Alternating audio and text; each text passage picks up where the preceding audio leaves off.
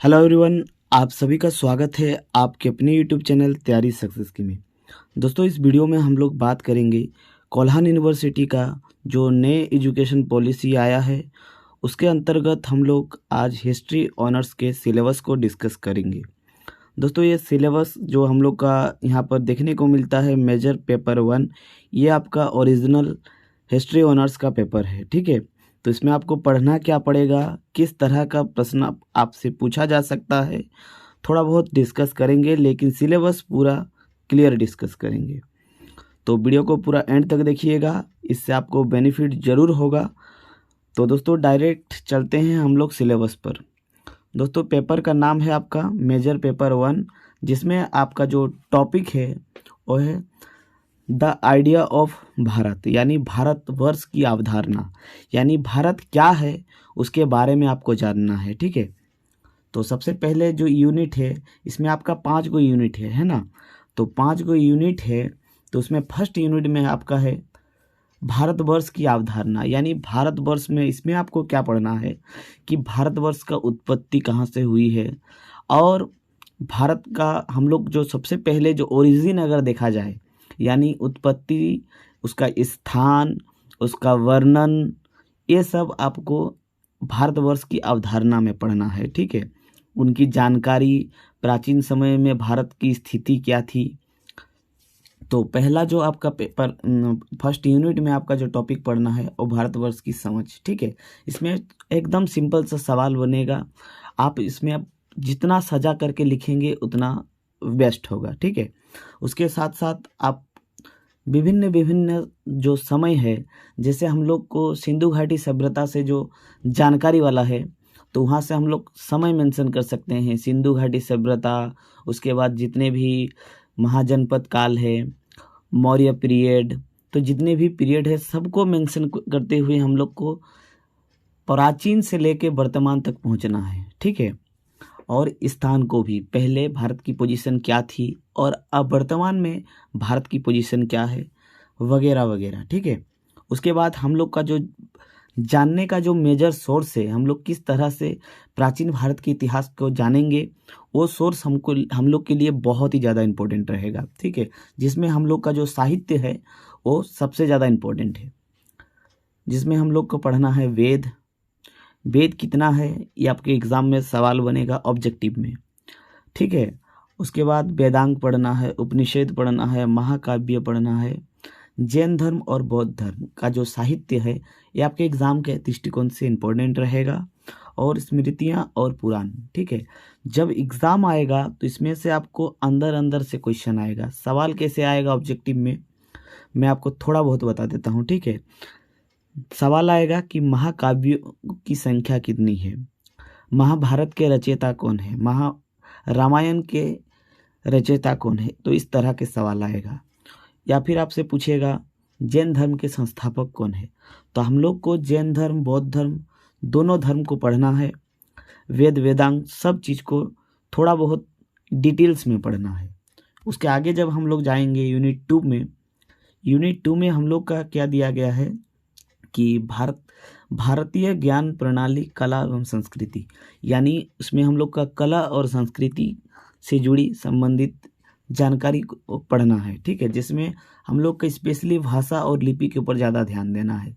प्राचीन काल में हम लोग के बहुत सारे भाषा हुआ करते थे और वर्तमान में भी है, लेकिन वो सब लुप्त के कगार पे हैं, जैसे ब्रह्मलिपि, खरोष्टी, पाली, प्राकृति और संस्कृत, ये सब भाषाओं के बारे में, थोड़ा बहुत उत्पत्ति के बारे में पढ़ना है। ये भाषा के बारे में नहीं, भारत के पर्सपेक्टिव से आपको पढ़ना है, भारत के संबंध में। ठीक है, उसके बाद आगे जब हम लोग जाएंगे तो इसमें क्या पढ़ना है, भारत की कला, वस्तुकला, यानी प्राचीन। इसमें आप कंक्लूज या मतलब इसमें आप डील कर सकते हैं सिंधु घाटी के जो नगर नियोजन प्रणाली है उसको डील कर सकते हैं। इसमें से आपको सवाल भी पूछा जा सकता है कि सिंधु घाटी सभ्यता के जो नगर नियोजन प्रणाली क्या है।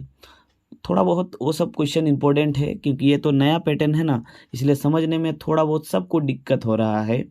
तो वो सब क्वेश्चन आप लोग पढ़िएगा, इम्पोर्टेंट है। हम भी कुछ कुछ कवर करवाएंगे जो आपके एग्ज़ाम के दृष्टिकोण से इम्पोर्टेंट होगा।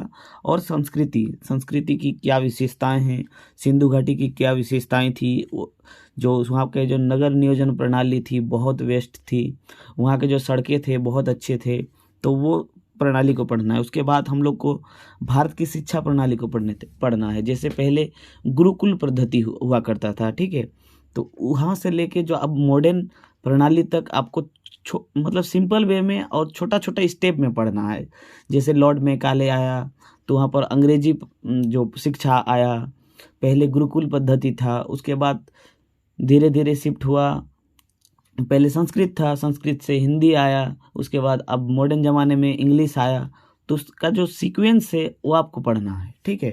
उसके बाद हम लोग का जो थर्ड यूनिट है, थर्ड यूनिट में धर्म, दर्शन और वसुदेव कुटुंब, यानी ये जो वसुदेव कुटुंब क्या है दोस्तों, हम लोग के घर में कोई भी आता है तो हम लोग भगवान मानते हैं।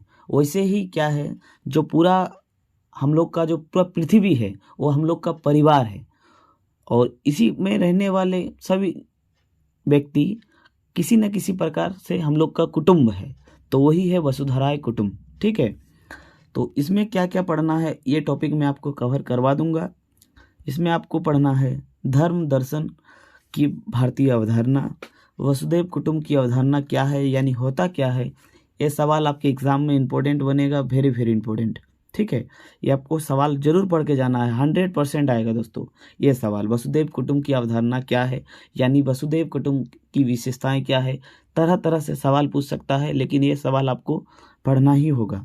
उसके बाद है राज्य व्यवस्था और शासन, यानी प्राचीन काल में किस तरह का शासन व्यवस्था थी, और उस टाइम से लेकर के जितने भी प्राचीन काल, मध्यकाल और आधुनिक काल में जो शासन व्यवस्था है पूरा सीक्वेंस में पढ़ना है। यहाँ पर आपको ये जो राज्य व्यवस्था दिया गया है कोई प्राचीन काल का ही नहीं बताना है, इसमें मॉडर्न को इंक्लूड करना ही होगा, ठीक।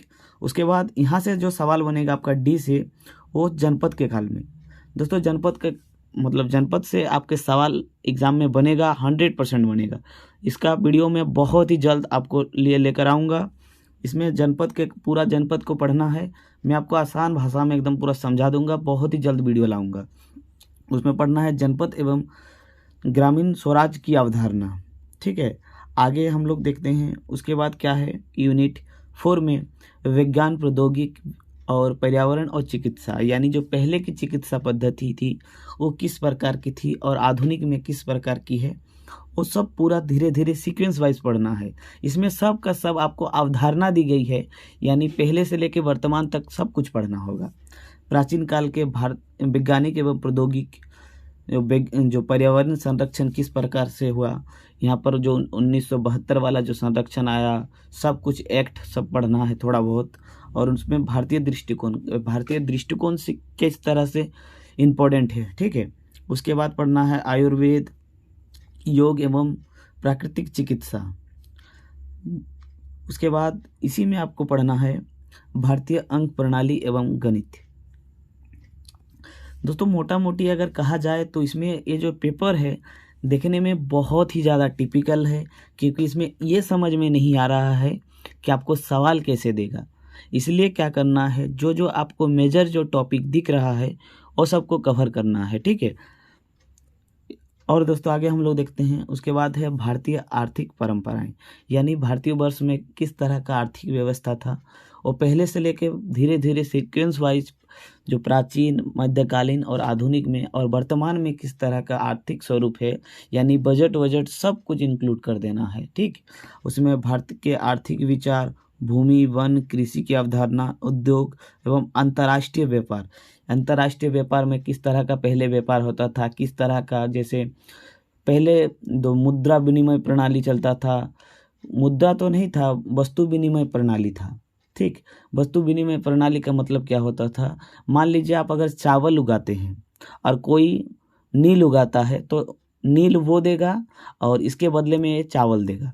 तो पहले इस तरह का व्यवस्था हुआ करता था।